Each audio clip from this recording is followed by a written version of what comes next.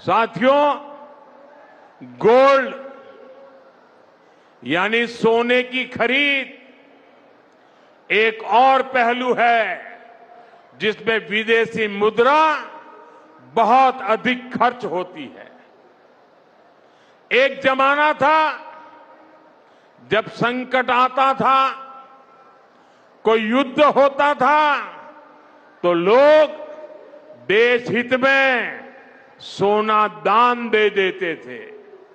आज दान की जरूरत नहीं है, लेकिन देश हित में हमको ये तय करना पड़ेगा कि साल भर तक घर में कोई भी फंक्शन हो, कोई भी कार्यक्रम हो, हम सोने के गहने नहीं खरीदेंगे, सोना नहीं खरीदेंगे।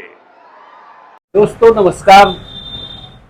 हम यहाँ पर जबलपुर में सराफा बाजार में और देश में जिस तरीके से एक संवाद की स्थिति बनी है, प्रधानमंत्री नरेंद्र मोदी जी ने जिस तरीके से त्याग की बात की है और देशभक्ति की बात की है, उन्होंने कहा है लोगों से कि सोने की खरीदी ना करें, कम करें, और इसका असर क्या होगा, इस पर हम बात करने आए हैं। हमारे साथ हैं सुरेश सराफ जी, जो कि जबलपुर सराफा एसोसिएशन के पूर्व अध्यक्ष हैं। हम आपका स्वागत करते हैं सुरेश जी। सबसे बड़ी चीज है कि प्रधानमंत्री ने जिस तरीके से ये बात कही है, उसका सराफा कारोबार पर क्या असर पड़ा? देखिए, आदरणीय प्रधानमंत्री ने कल जब से ये घोषणा की है, उसके पश्चात से हमारे व्यवसाय से जुड़े हुए तमाम व्यवसायी, कारीगर, दुकानों में लगे हुए कर्मचारी, उन सबके परिवार के लोग और दुकानदार भी बहुत अधिक चिंतित है इस बात को लेके कि यदि व्यवसाय में वैसे ही अभी पूरे दुनिया में मंदी का दौर है भिन्न भिन्न कारणों से, फिर भी इन परिस्थितियों में भी हम दुकानदारों का एक दायित्व होता है कि हमारे जो जुड़े हुए कर्मचारी हैं, हमारे जो ग्राहक हैं, उनकी हम अच्छे से अच्छी सेवा कर सके। इसी हुआ पोह में विगत अनेक लंबे समय से सारे व्यवसायी ग्रसित चिंतित थे। फिर भी हम एक देश के अच्छे नागरिक के नाते सरकार के लिए अर्थ संचय भी करते हैं, सरकार को टैक्स भी देते हैं और अपने से जुड़े हुए सारे परिवारों के संचालन में सहभागी भी बनते हैं। वर्तमान घोषणा से यदि हमारे कम होते व्यवसाय में और अधिक कमी आती है तो दुकानदारों का जीवन संचालन तो मुश्किल होगा ही।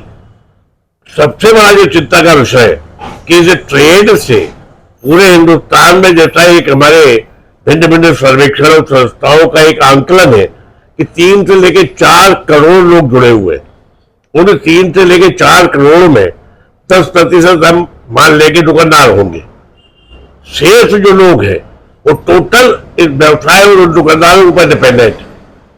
अब एक कारीगर, यस, कारीगर है, दुकानों में कर्मचारी है, और भी ऐसी बहुत सारी विधाएं हैं। कारीगर हमें प्रत्यक्ष रूप से दिखाई जैसे नहीं देता है, उसी तरह से सराफा के व्यवसाय में ऐसी अनेक ब्रांच है जो हमें स्पष्ट रूप से दिखाई नहीं देती, पर वो डिपेंडेंट इसी व्यवसाय पर है, वो सारे उसी में सम्मिलित होते हैं।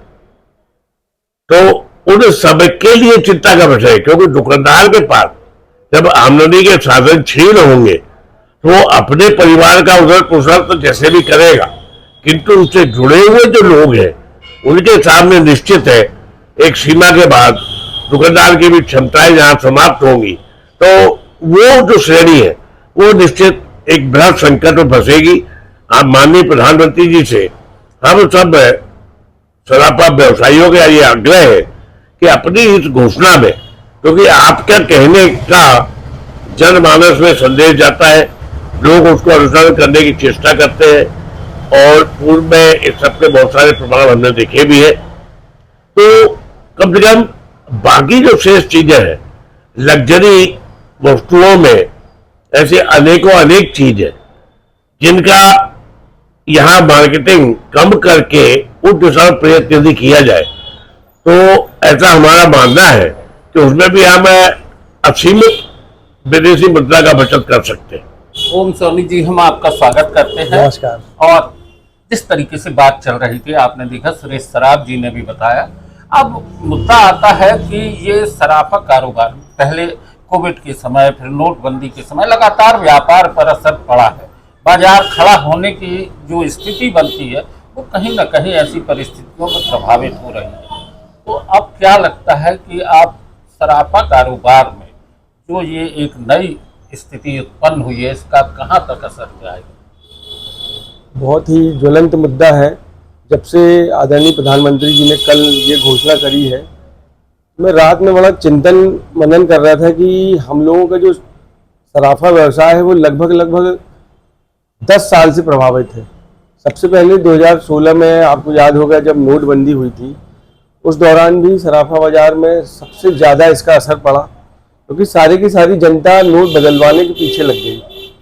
जो लोग आते थे वो पुराने नोटों का प्रबंधन करने के लिए बाजार में आते थे। उस समय भी हम लोगों को बहुत मुश्किलों का सामना करना पड़ा। फिर एक प्राकृतिक आपदा आई जो कि पूरी वैश्विक थी, जो कि कोविड के रूप में थी। कोविड के समय भी सारी चीज़ें, उपभोक्ता वस्तुओं की विक्रय हो रहा था, जरूरत की चीज़ें सारी की सारी विक्रय हो रही थी। लेकिन एक सोना, एक स्वर्ण धातु एक ऐसा वस्तु है कि जो सबसे आखिरी में जब किसी के पास, जनता के पास, गृहिणी के पास पैसा बचता है, तब वो आभूषणों की दुकान में आती है। वहाँ पे भी हम लोगों ने करीबन, कोविड तो 1 साल 2 साल में चला गया, लेकिन उसकी मार हम लोग ने भाई साहब कम से कम 5 वर्ष तक चुकाई है। उसकी मार हम लोगों ने 5 वर्ष तक झेली है। और जैसे तैसे हम लोग इस चीज़ में थोड़े से अच्छे हुए थे, अचानक युद्ध की घोषणा हो गई। पिछले 6 महीने से हम लोग युद्ध से पीड़ित हैं। आपको याद होगा कि मार्च 2024 में सोने का भाव करीबन 74-75 हज़ार था। अचानक पता नहीं क्या कॉमेक्स में, क्या अमेरिका के बाजार में कैसी क्या स्थितियां गड़बड़ हुई, अचानक सोना 1.5 लाख पहुंच गया। अभी आपने देखा होगा कि पिछले 2 महीने पहले सोना अचानक 1,80,000, 1,90,000 पहुंच गया था। तो कुल मिला के जो सोने की स्मगलिंग हो रही है या सोने के भाव जहाँ से संचालित हो रहे हैं, उससे सबसे बड़ी पीड़ा हम लोगों को हुई है। और उन सब चीज़ों से मुकाबला करते हुए जब हम एक आम उपभोक्ता से डील करते हैं तो इतनी सारी मुश्किलों का सामना करना पड़ रहा है कि हम कैसे अपना पेट पाल रहे हैं। हमारे जो डिपेंडेंट हैं, जो कारीगर हैं, जो टंच वाले हैं, मीना वाले हैं, गलाई वाले हैं, जो छोटे छोटे कारीगर हैं, स्वर्ण व्यवसाय में जुड़े हुए अनेक प्रकार के लोग हैं, उनके लिए आज रोजी रोटी की समस्या खड़ी हो गई है। कल जब से मैंने ये न्यूज़ सुनी है, मैं बहुत ही भावुक हूँ, बहुत ही चिंतित हूँ कि हम तो जैसे तैसे सर्वाइव कर लेंगे, लेकिन हमारे नीचे का जो स्टाफ है, जो कारीगर है, जो फैक्ट्री बेस्ड हमारे कारीगर है, उनके जीवन का क्या होगा, उनके बाल बच्चे कैसे पलेंगे, उनके घर गृहस्थी कैसे चलेगी। मैं आदरणीय प्रधानमंत्री जी से निवेदन करना चाहता हूं कि इस विषय में भी, इस ओर भी ध्यान दें। हम आपके ही 3 से 4 करोड़ जनता है जो कि आपको हर महीने टैक्सेशन देते हैं, जीएसटी पटाते हैं, इनकम टैक्स देते हैं, सारी चीज़ें हम सरकार के साथ तालमेल बना के करते आ रहे हैं।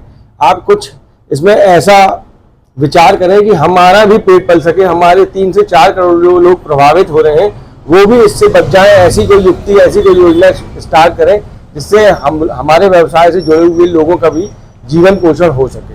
दोस्तों, सराफा एसोसिएशन जबलपुर के अध्यक्ष नवीन सराफ जी भी हमारे साथ हैं। हम आपका स्वागत करते हैं नवीन भाई। आपको क्या लगता है कि ये सीजन आ रहा है, शादी विवाह का सीजन, इस समय थोड़ी सा बाजार उठता है, सराफा में खरीदारी होती है, लेकिन प्रधानमंत्री जी ने जिस तरह से सोने की खरीदी ना करने का एक मंत्र दे दिया है, देश के विकास का मंत्र, देश को संभालने का मंत्र, तो आपको क्या लगता है इसका क्या असर होगा? माननीय प्रधानमंत्री जी की स्थिति जनता के बीच में ऐसी है जैसे एक भगवान। कोविड के समय में उन्होंने लोगों से कहा घंटे बजाओ, थाली बजाओ, दिए जलवा दो। तो अब ऐसी स्थिति में उनका ये बयान आया अचानक से कि सोने की खरीदी मत करो, 1 साल सोने की खरीदी मत करो, अभी सामने सीजन है। तो जनता तो मतलब ये समझ लो कि उनकी भगवान जैसी स्थिति मान के इस स्थिति को लागू हो जाएगी। और उन्होंने जो 3-4 करोड़ लोगों के पेट पे सीधी लात मार दी ये बयान देके, उनके भविष्य के बारे में उन्होंने जरा भी नहीं सोचा। तो हमारी उपेक्षा तो उनसे है कि ऐसी घोषणा करने के पहले कुछ ऐसी घोषणा भी कर देते कि मतलब 3-4 करोड़ लोगों को कोई व्यवसाय दे देते, कोई सरकारी नौकरियां दे देते। फिर ये घोषणा करते। दोस्तों, ये एक पीड़ा है, ये दर्द भी है हमारा। अब आगे अगर हम बात करते हैं तो निश्चित तौर पर अगर सरकार चाहती है कि खर्चों पर रोक लगे तो जितने विज्ञापन अखबारों में छपते हैं सरकार के अलग अलग 2-2, 3-3 पेज के, उन पर रोक लगे। मंत्रियों के कार्यक्रमों में जो कारों के काफिले दौड़ते हैं उस पर भी रोक लगना चाहिए। और तो और सरकारी जो आयोजन है उनको भी सीमित किया जाए और वर्चुअल मीटिंग हो, नेता हो चाहे मंत्री हो, वो जगह जगह सभाएं करते हुए जिस तरीके से शासकीय पैसों का दुरुपयोग करते हैं उस पर भी रोक लगी। आज की चर्चा यहीं तक। नवीन भाई, बहुत बहुत धन्यवाद।